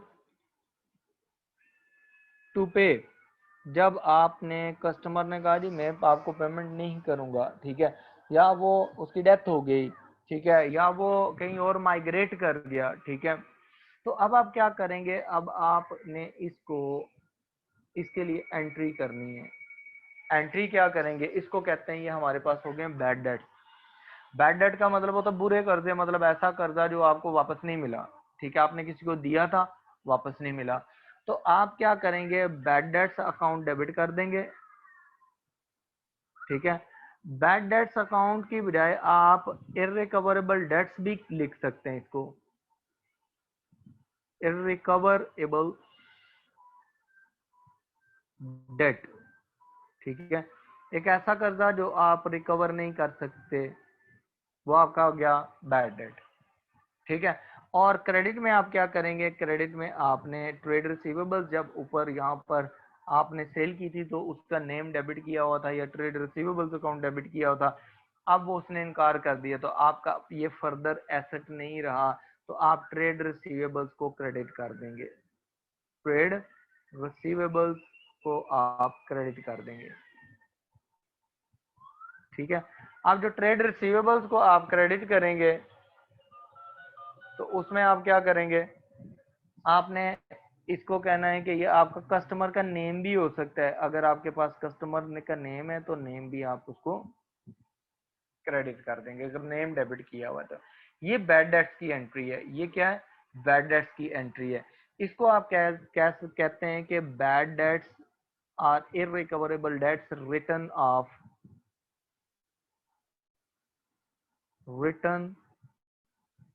ऑफ फ्रॉम बुक्स, ठीक है। आपने जो बैड डेट्स थे आपने उनको राइट ऑफ कर दिया, राइट ऑफ का करने का मतलब होता है कि आपने बुक्स में से उनको निकाल देना है। जब आप ये जर्नल एंट्री करते हैं तो आप इसका मतलब होता है कि आपने बैड डेट्स को राइट ऑफ कर दिया है, आपने कस्टमर्स को अपने बुक्स में से निकाल दिया है कि ये हमें पैसे नहीं देंगे, ट्रेड रिसीवेबल्स खत्म कर दिए हैं, ठीक है। ये आपकी जर्नल एंट्री होती है बैड डेट्स के लिए। ये किसके लिए एंट्री होती है, बैड डेट्स के लिए। अब देखें, एक तरफ तो आपका रिसीवेबल कम हो रहा है, इसका मतलब है आपका एसेट रिड्यूस हो रहा है। एसेट जब रिड्यूस होता है हम उसको क्रेडिट करते हैं। तो बैड डेट्स जो होते हैं ये आपका लॉस है। बैड डेट्स क्या है? लॉसेज हैं। जो लॉस होते हैं जब वो इंक्रीज होते हैं तो हम उनको कहते हैं कि ये डेबिट हो रहे हैं। तो जो लॉसेज हैं वो हम उनको एक्सपेंसेस में जाके रिपोर्ट कर लेते हैं। ठीक है, तो एक्सपेंसेस इसका मतलब है आपका जब बैड डेट होगा आपका एक्सपेंस इंक्रीज हो जाएगा। तो इंक्रीज इन एक्सपेंस को हम क्या कहते हैं? डेबिट करते हैं। अच्छा, यहां तक बैड डेट्स तक कोई क्वेश्चन ये जो अभी तक मैंने करवाया है? मुस्कान, हाँ जी, 5.8 आप खुद करेंगे, ये आपके लिए असाइनमेंट है। इबरार जीवानी, जो क्लोजिंग स्टॉक है या क्लोजिंग इन्वेंट्री है वो एक ही चीज होती है। ये दो नेम है, इन्वेंट्री को स्टॉक भी कहते हैं। ठीक है, वो एक ही चीज होती है। महर जकाउल्ला जकी, आपने मुझे ईमेल कर दी है तो मैंने आपको ऐड कर दिया होगा। अगर नहीं की तो फिर मुझे अपना ईमेल एड्रेस सेंड कर दे, मैं आपको ऐड कर देता हूँ।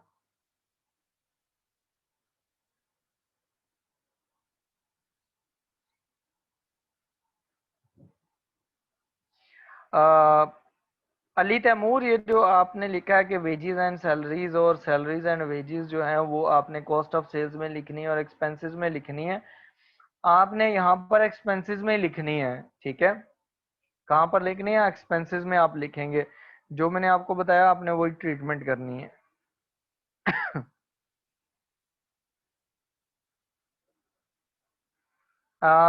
जकाउल्ला जकी, आप ऐसा करें कि आप मुझे अपना ईमेल सेंड कर दें। चलें, अगर सेंड कर दिया तो मैं देख लेता हूँ, मैं आप कर दूंगा ऐड क्लास के बाद आपको। बैड डेट्स की जो एंट्री है वो ये होती है मुस्कान के, आपके पास जो बैड डेट्स होते हैं क्योंकि आपने पैसे लेने होते हैं लोग कस्टमर से। ठीक है, तो जब आपने क्रेडिट पे चीजें सेल करते हैं तो आप उस टाइम एंट्री करते हैं, सेल्स अकाउंट क्रेडिट कर देते हैं, सेल्स इनकम। ठीक है, वो क्रेडिट हो जाती है बिकॉज इनकम उस टाइम आपकी जनरेट होती है। और आप ट्रेड रिसीवेबल्स को डेबिट कर देते हैं। ठीक है, कि आपने कस्टमर से, क्रेडिट कस्टमर से फ्यूचर में पेमेंट रिसीव करनी है, बट फ्यूचर में जाके वो इग्नोर कर देते हैं, वो कहते हैं हमने पेमेंट नहीं करनी। जब वो पेमेंट नहीं करेंगे तो ट्रेड रिसीवेबल्स जो आपका डेबिट हो रहा किया हुआ है बुक्स ऑफ अकाउंट्स में, उसको आप क्रेडिट कर देते हैं। ठीक है, कि आपके एसेट्स कम हो जाते हैं, ट्रेड रिसीवेबल्स रिड्यूस हो जाते हैं, तो आप उनको ट्रेड रिसीवेबल्स अकाउंट को क्रेडिट कर देंगे। और डेबिट में आप क्या करेंगे जी? क्रेडिट तो आपने कर लिया, क्या आपने कैश ले लिया है? नो, कैश तो ली नहीं है। क्या आपने चेक लिया है? नो, चेक भी नहीं लिया। क्या रीजन है? कि उन्होंने इग्नोर कर दिया कस्टमर ने कि इन्होंने हमें पेमेंट नहीं देनी। तो फिर आप डेबिट में बैड डेट अकाउंट लिखते हैं या इरिकवरेबल डेट अकाउंट डेबिट कर देते हैं। ठीक है, जितनी अमाउंट से वो बैड डेट होगा ये क्वेश्चन में गिवन होता है।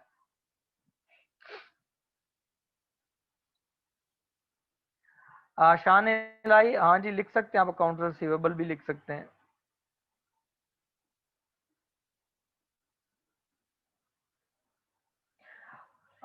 सारे में ये डिपेंड करता है कि अगर कंपनी की पॉलिसी क्या है। अब देखें, आपका एक कस्टमर है, आप बजाय इसके कि आपको पता है कि यार इससे मैंने 1000 रुपया लेना है, वो इनकार कर देता है पेमेंट करने से। आप कोर्ट में तो जाने से रहे हैं। ठीक है, जैसे इंश्योरेंस कंपनीज होती हैं या ये जो दूसरी, सॉरी, बैंक ने लोन दिए होते हैं, उन्होंने तो अपने लोग रखे होते हैं जो जाके रिकवरी करते हैं, जो एसेट वगैरह सेल कर देते हैं। लेकिन यहाँ कोई ऐसा मैकेनिज्म नहीं होता कि आपने जाके उनसे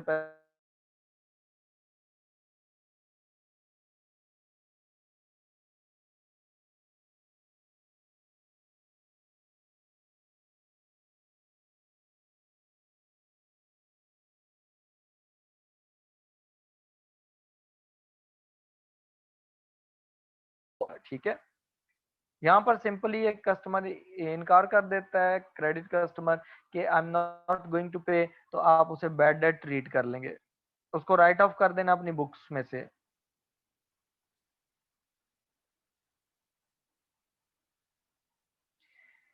इबरार जीवानी, अभी जो मैं करवा रहा हूँ अभी इधर तक रहें, आप आगे ना जाएं।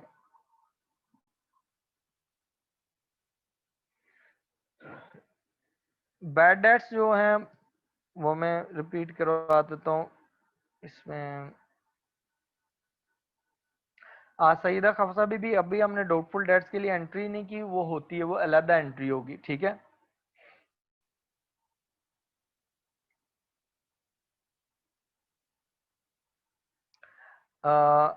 कुद्दूसिया फातिमा फिजिकल क्लासेस में, हाँ जी वो तो स्टार्ट से ही करवाएंगे क्योंकि बच्चों ने अभी तो ज्वाइन करना है। तो जिन कैंपसेस में क्लासेस स्टार्ट हो गई हैं, मेरे ख्याल में वीक हो गया होगा शायद या 2 वीक, तो उन्होंने तो पढ़ लिया होना है कुछ चैप्टर्स।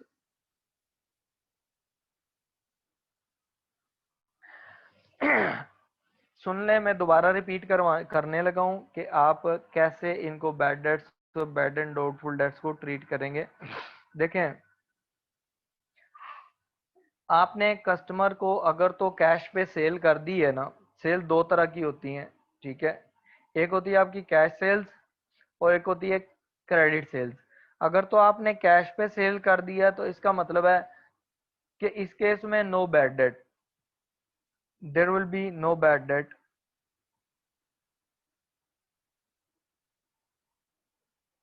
ठीक है। उसकी रीजन ये होती है कि बैड डेट नहीं होंगे, क्या रीजन होती है, there will be no bad debts. उसकी रीजन ये होती है कि आपके पास आपने कैश तो ले ली है, कस्टमर अब इनकार तो नहीं कर सकता एक दफा कैश देने के बाद कि मैं आपको कैश नहीं दूंगा, पेमेंट नहीं करूंगा। लेकिन जब आप क्रेडिट पे सेल्स करते हैं ना, जो दूसरी सेल्स हैं जो क्रेडिट पे हो रही हैं, जब आप क्रेडिट पे सेल्स करते हैं तो क्रेडिट पे जब सेल करेंगे तो सेल तो आपकी क्रेडिट होगी। डेबिट में आप ट्रेड रिसीवेबल्स के अकाउंट डेबिट कर देंगे, ठीक है। या जिसका नेम होगा उसको आप डेबिट कर देंगे। बाद में आपके पास क्या होगा कि वो पर्सन कहता है कि मैंने अब आपको पेमेंट नहीं करनी, तो आपने क्या करना है, वो जब पेमेंट नहीं करेगा तो उसको आप कहते हैं कि ये हमारे पास बैड डेट हो गया है। जब वो पेमेंट से इनकार करेगा तो आपने उसको बुक्स में से निकाल देना है, राइट ऑफ कर देना है, ठीक है। क्या करना है, राइट ऑफ कर देना है। तो राइट ऑफ करने का तरीका ये होता है बुक्स में से किसी चीज को, कि आपने उसको अगर डेबिट किया तो उसको क्रेडिट कर दें। तो ट्रेड रिसीवेबल्स को आप जब सेल करते हैं क्रेडिट पे, तो ट्रेड रिसीवेबल्स अकाउंट आपने डेबिट किया होता है, सेल्स क्रेडिट की होती है। तो ट्रेड रिसीवेबल्स अकाउंट जो होता है वो आपका क्या हो रहा होता है, वो डेबिट हुआ होता है। अब आप उसे क्रेडिट कर दें, जितने से बैड डेट हुए हैं, जिसने इनकार कर दिया मैंने नहीं पेमेंट देनी, तो आप उतनी अमाउंट से उसको क्रेडिट कर दें, ट्रेड रिसीवेबल्स क्रेडिट हो जाएंगे। और डेबिट में क्या आ जाएगा, डेबिट में आप उसको लिख देंगे बैड डेट्स, क्योंकि कैश तो आपकी डेबिट होगी नहीं, because you are not receiving cash. Bank account को आप डेबिट नहीं करेंगे because you are not you have not received a cheque, ठीक है। तो फिर क्या आ जाएगा, बैड डेट्स हैं। तो वो बैड डेट्स शो कर रहे होते हैं, बैड डेट्स अकाउंट जब डेबिट होता है कि लोगों ने पैसे देने से इनकार कर दिए, ठीक है।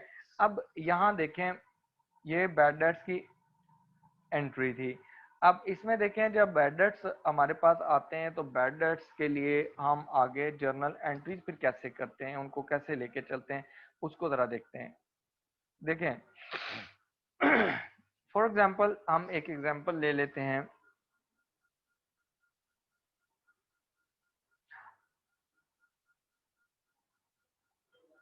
Business sold goods on credit to Mr. X $1000। कितने के गुड्स सेल किए हैं बिजनेस ने मिस्टर एक्स को, 1000 की क्रेडिट पे। लेटर ऑन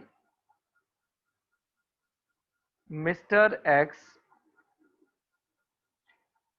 refused to पे द डेट, ठीक है।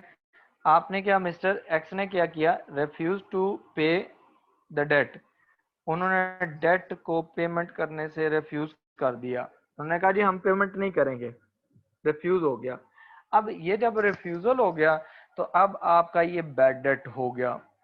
अब आपने क्या करना है, देखें, जब आपने सेल किया, ठीक है, पहला जब आपने सेल किया ये वाली चीज, तो फिर आपने क्या एंट्री की, जब आप सेल करेंगे तो आप पहली एंट्री करेंगे इसके लिए कि डेबिट एंड क्रेडिट। सेल्स कर रहे हैं तो सेल तो क्रेडिट हो जाएगी, कितनी अमाउंट से, 1000 से क्रेडिट हो गई। डेबिट में क्या होगा, डेबिट में आपने किसको सेल किया, मिस्टर एक्स को, मिस्टर एक्स का अकाउंट आप डेबिट कर दें। ये आपका क्या है, ट्रेड रिसीवेबल है। ये आपका क्या, ट्रेड रिसीवेबल, तो ट्रेड रिसीवेबल के अकाउंट को आप डेबिट कर देंगे। अब इसमें क्या हो रहा है, एक तरफ आपकी इनकम इंक्रीज हो रही है और दूसरी तरफ आपका एसेट इंक्रीज हो रहा है। यहाँ पर क्या हो रहा है आपकी, this is increase in income, increase in income क्या है, क्रेडिट, ठीक है। और दूसरी तरफ आपके पास इंक्रीज इन एसेट है, पेमेंट नहीं आई तो आपने फ्यूचर में पैसे लेने हैं, किससे, मिस्टर एक्स से। अब मिस्टर एक्स क्या करता है, फ्यूचर में जाके वो कह देता है I am not going to pay, उसने रिफ्यूज कर दिया पेमेंट करने से। तो जब रिफ्यूज करेगा तो आपके पास ये जो ट्रेड रिसीवेबल डेबिट हो रहा है वो रिसीवेबल नहीं रहेगा, वो क्या हो जाएगा, आपका रिसीवेबल रिड्यूस हो जाएगा। तो क्रेडिट आप क्या करेंगे, इन दिस केस आप क्रेडिट कर देंगे मिस्टर एक्स के अकाउंट को, अपनी बुक्स में से निकाल देंगे। जब इसको अपनी बुक्स में से निकालेंगे तो आपके पास ट्रेड रिसीवेबल्स क्या हो गए, आपके पास रिड्यूस हो गए। इसको कहते हैं कि ये आपके पास डिक्रीज इन एसेट है। तो डिक्रीज इन एसेट है, वो जब डिक्रीज होता है एसेट तो हम उसको क्रेडिट कर देते हैं, ठीक हो गया। अब उसने डेबिट, हम जर्नल एंट्रीज करते हैं, हम डबल एंट्री सिस्टम फॉलो करते हैं। तो डेबिट में हम क्या कर देंगे, इररिकवरेबल डेट्स और बैड डेट्स,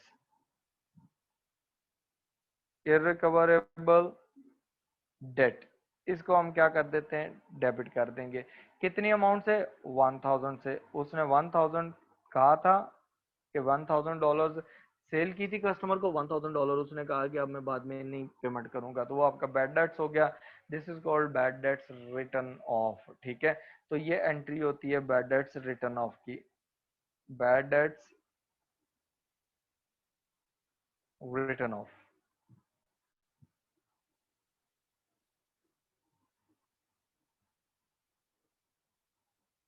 ठीक हो गया। यहाँ तक क्लियर है, ये एग्जांपल क्लियर है, इसमें देखें, इसमें कोई क्वेश्चन हो आपका तो पूछ लें।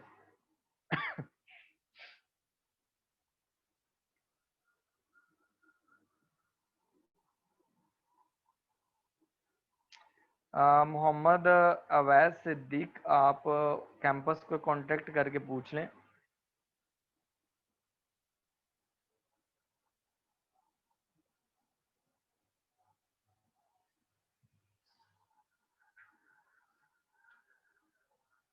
अच्छा देखें जहाजेब, अगर आपने किसी को बुक सेल की है, क्रेडिट पे सेल कर दी और बाद में उसने कहा कि मैं आपको पेमेंट नहीं करूंगा, तो वो आपका बैड डेट होगा, ठीक है।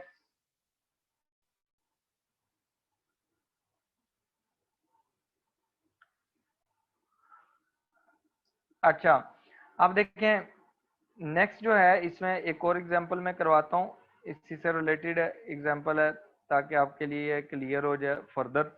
For example,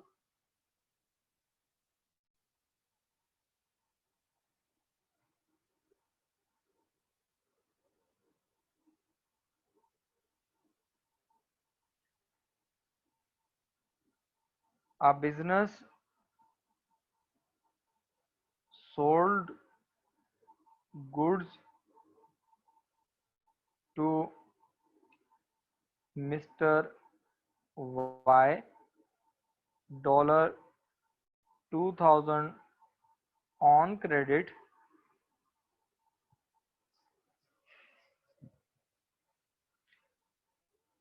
Later on,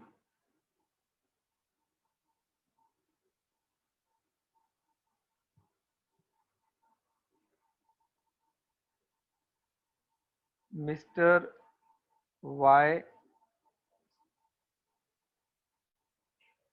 paid to business dollar 1600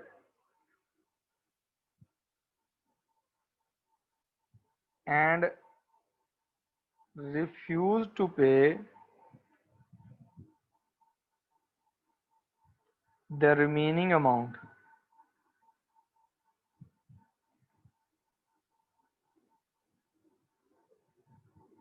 ठीक है। उसने क्या किया, बाद में उसने कहा जी मैं रिमेनिंग अमाउंट पे नहीं करूंगा। देखें, जब आपने सेल की है तो सेल के लिए फर्स्ट जो है इसमें क्या, आप जब सेल करेंगे तो उसके लिए क्या जर्नल एंट्री, क्रेडिट सेल आपने की है, तो उसके लिए आपने at the time of the sales आपने एंट्री की होनी है, सेल्स क्रेडिट है 2000 से, डेबिट में आप मिस्टर वाई लिखेंगे। अब ये क्या है, this is your trade receivable, कि आपने फ्यूचर में से अमाउंट रिसीव करनी है 2000, वो आपने डेबिट कर दिया। अब ये जो पहला डेबिट हो रहा है ना, ये क्या हो रहा है, ये है इंक्रीज इन एसेट, कि आपने किसी को क्रेडिट पे गुड्स सेल किए हैं तो आपने उससे फ्यूचर में पैसे लेने हैं, this is increase in asset. Second one है सेल्स इनकम है, तो ये आपके पास क्या है, increase in sales, sales increase हो रही हैं, ठीक हो गया। अब उसमें देखें सेकंड नंबर पे ये आपकी एंट्री हो गई पहली। सेकंड पे आप देखें, उसने कहा later on Mr Y paid to business $1600 तो जो 1600 पेमेंट आई है उसके लिए क्या आप क्या एंट्री करेंगे। अब उसने ये नहीं बताया कि मिस्टर वाई ने बिजनेस को कैश दी है या चेक दिया है, तो आप क्या करेंगे, आपने ये कैश में लिखनी है ट्रांजैक्शन, कैश आई है, कितनी कैश आई है, कैश आई है आपके 1600 से आपका अकाउंट डेबिट हो जाएगा। और किसने आपको पेमेंट दी है, आपको जो पेमेंट आई है वो आई है मिस्टर वाई से, तो मिस्टर वाई का अकाउंट ऊपर आपने डेबिट किया हुआ है, अब आप क्रेडिट कर देंगे। मिस्टर वाई क्या, आपका ट्रेड रिसीवेबल 1600 से आप इसको क्या कर देंगे, क्रेडिट कर देंगे।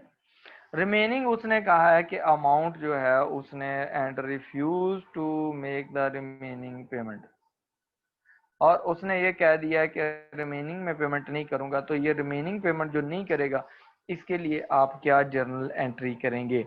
अब देखें, अब उसने टोटल थे 2000, 2000 में से 1600 पे कर दिए, 400 जो बच गए हैं, these are bad debts, these are bad debts. अब ये जो बैड डेट्स हैं इनकी जर्नल एंट्री करनी है। बैड डेट्स होते हैं आपके लॉसेस, ठीक है, तो लॉसेस जब भी इनकर होते हैं हम उनको करते हैं डेबिट,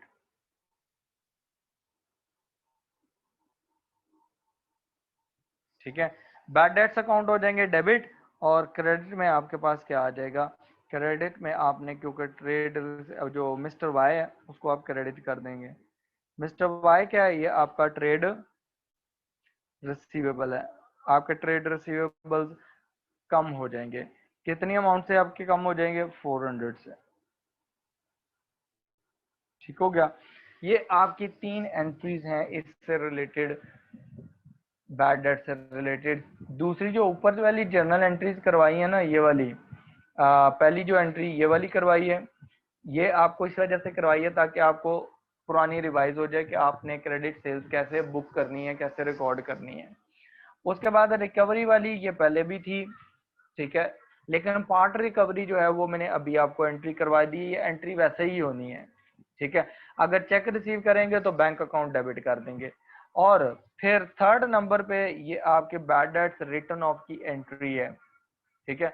जब बैड डेट्स राइट ऑफ करेंगे उसकी जो एंट्री करेंगे वो ये वाली एंट्री है, बैड डेट्स अकाउंट डेबिट और आपके ट्रेड रिसीवेबल्स अकाउंट क्रेडिट, ठीक है। ट्रेड रिसीवेबल्स अकाउंट क्रेडिट इसलिए हो रहा है कि आपका एसेट रिड्यूस हो रहा है। यहां तक कोई आपके पास क्वेश्चन हो तो वो पूछ लें।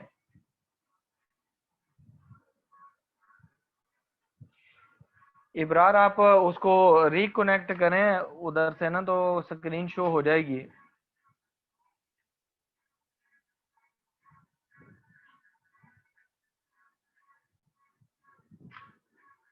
हाँ जी, कोई क्वेश्चन।